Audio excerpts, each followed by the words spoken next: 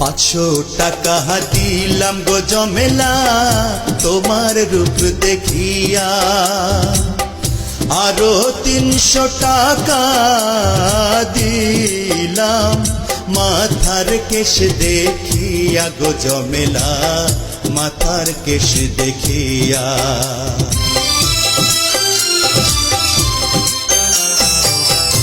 এমনই কইরা বইলেন না গো আমি লাজে মরি, টাকা করি চলে যাবে রইবে আপনার স্মৃতি গো সাহেব, রইবে আপনার স্মৃতি।